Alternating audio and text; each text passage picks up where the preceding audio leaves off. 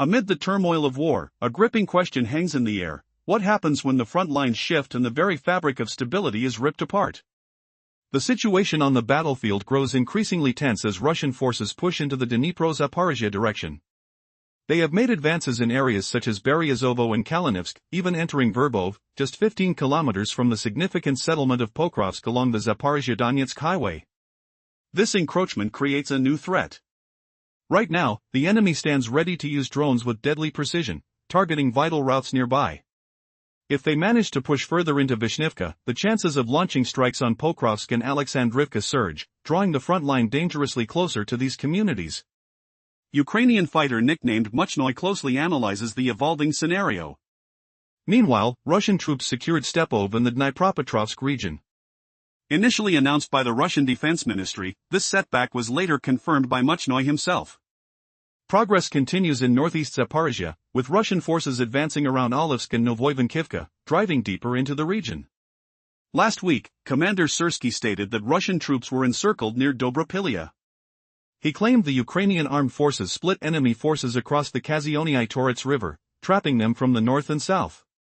Their annihilation is currently underway, Syrsky added. Yet Ukrainian military expert Konstantin Mashevets disputes this narrative.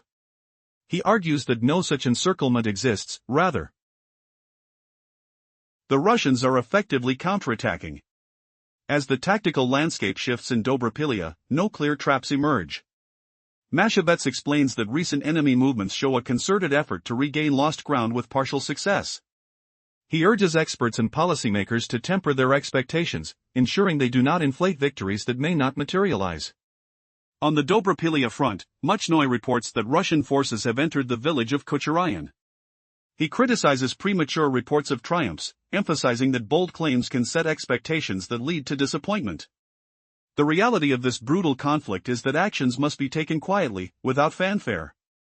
If not, the repercussions could be dire. On the Lyman front, reports indicate that Russia has captured the village of Shantraholova, supported by additional footage.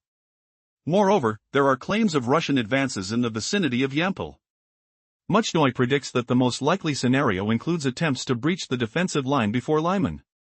The aggressors will seek weak points while maneuvering through the forests north of Yampol to conceal their movements. If they succeed, their objective will be to flank Lyman from the south, severing logistical routes to inhibit our forces' ability to regroup and resupply.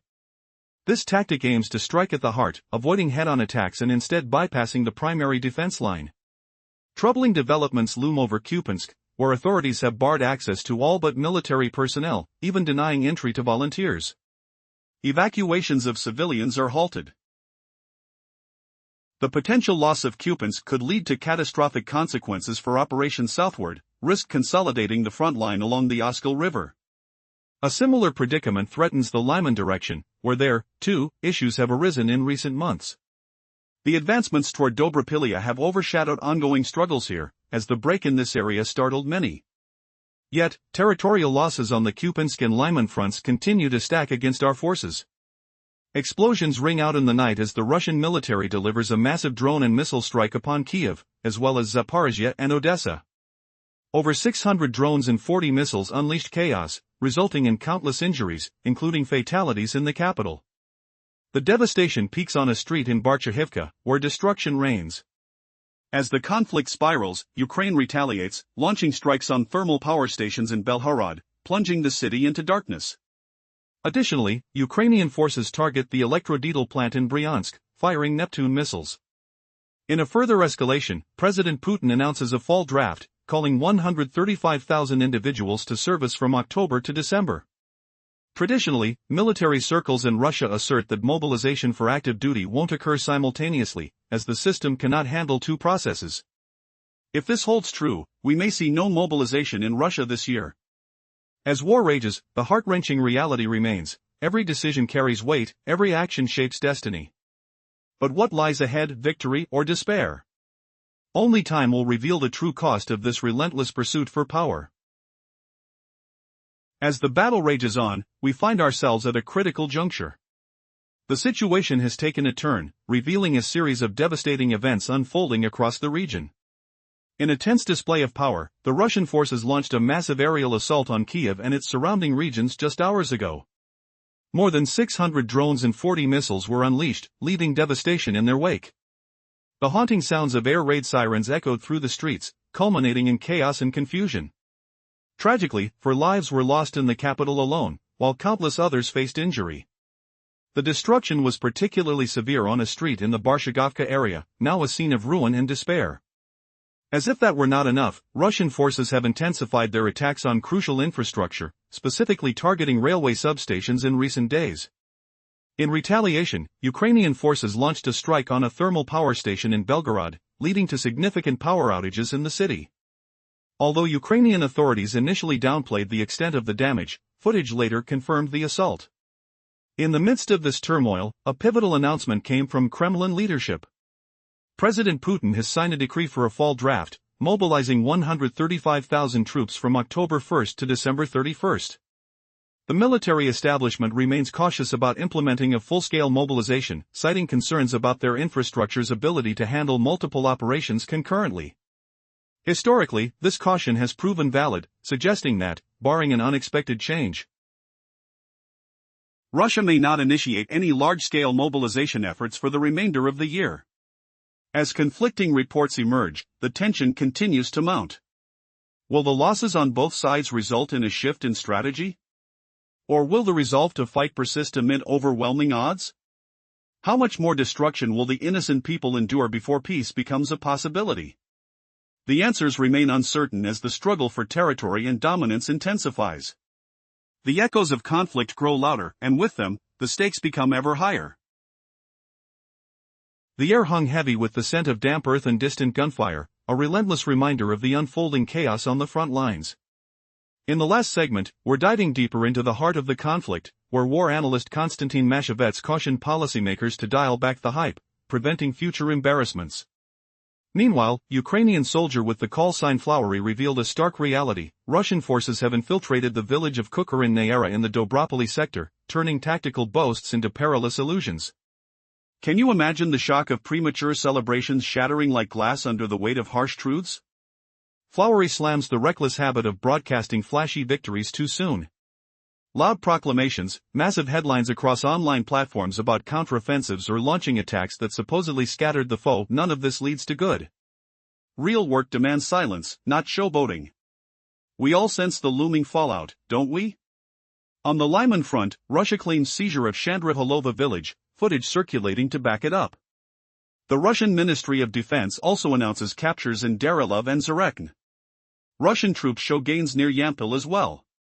According to Flowery, the most plausible path forward is breaching defenses ahead of Lyman. They'll probe for vulnerabilities while creeping into the woods north of Yampil, securing a covert route for maneuvers and pushing toward the city. Success could mean flanking Lyman from the south, severing supply lines to cripple our unit's rapid shifts and deliveries. It's a strategic bid to dismantle support structures, not a frontal charge, but cutting off limbs stealthily, bypassing the main barricade instead. The grip tightens in Kupiansk too, where authorities barred all entry except troops, even blocking volunteers. Civilian evacuations halted. Losing Kupiansk might unleash irreversible damage to southern positions, forcing the battle line to the Oskil River. A parallel risk looms on the Lyman axis.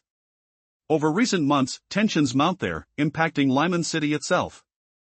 Amid the Dobropoli onslaughts, it felt almost effortless. But the core issue?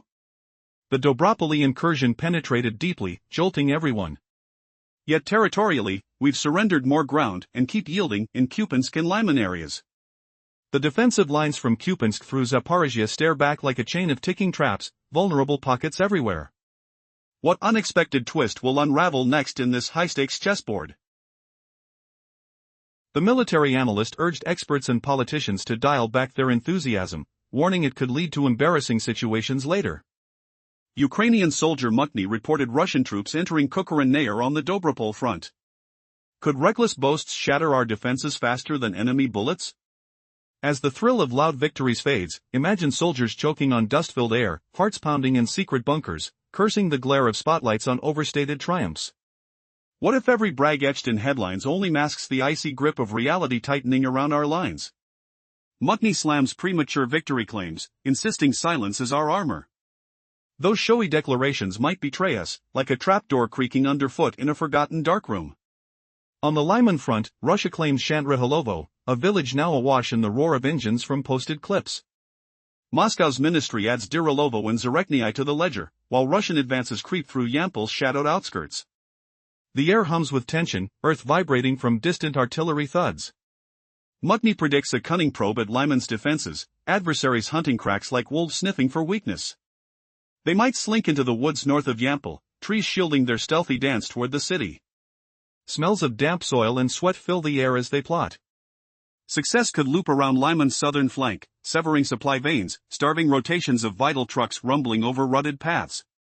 It's a sly maneuver to cripple our rear, sidestepping direct clashes, aims sharp as daggers piercing soft flesh. Will this ghosting through green cover unravel our hold on the city? Picture nerves fraying like taut ropes snapping in the wind. But twists loom, signals of strategic genius, yet whispers of hubris echo louder. Now, Kupiansk's gates slam shut, barring all but soldiers, volunteers repelled like autumn leaves in a fierce breeze. Civilians huddle indoors, hearing faint booms that rattle windows, evacuation halted mid-stride. Skin prickles with unease as access locks down. Losing Kupiansk risks irreversible setbacks, pushing our southern push back, front hardening along the Oskil River's winding banks. Similar perils threaten Lyman, city defenses fraying over months, storms of reports hinting at cracks widening unseen. Amid Dobropol's dramatic plunges, those shocking jolts into unknown depths, the Lyman and Kupiansk hemorrhages bleed unnoticed. Territory slips through fingers, leaves a bitter taste like stale smoke lingering in throats. Gazing at that LBS arc from Kupiansk to Zaporizhia feels like staring into whirlpools of potential encirclements, dreadful voids swirling quietly. Can we escape these traps laid in plain sight? An unexpected shift might humiliate the overconfident, turning the tide with sly reversals we never saw coming. The night's curtain falls, leaving echoes of unanswered threats hanging heavy.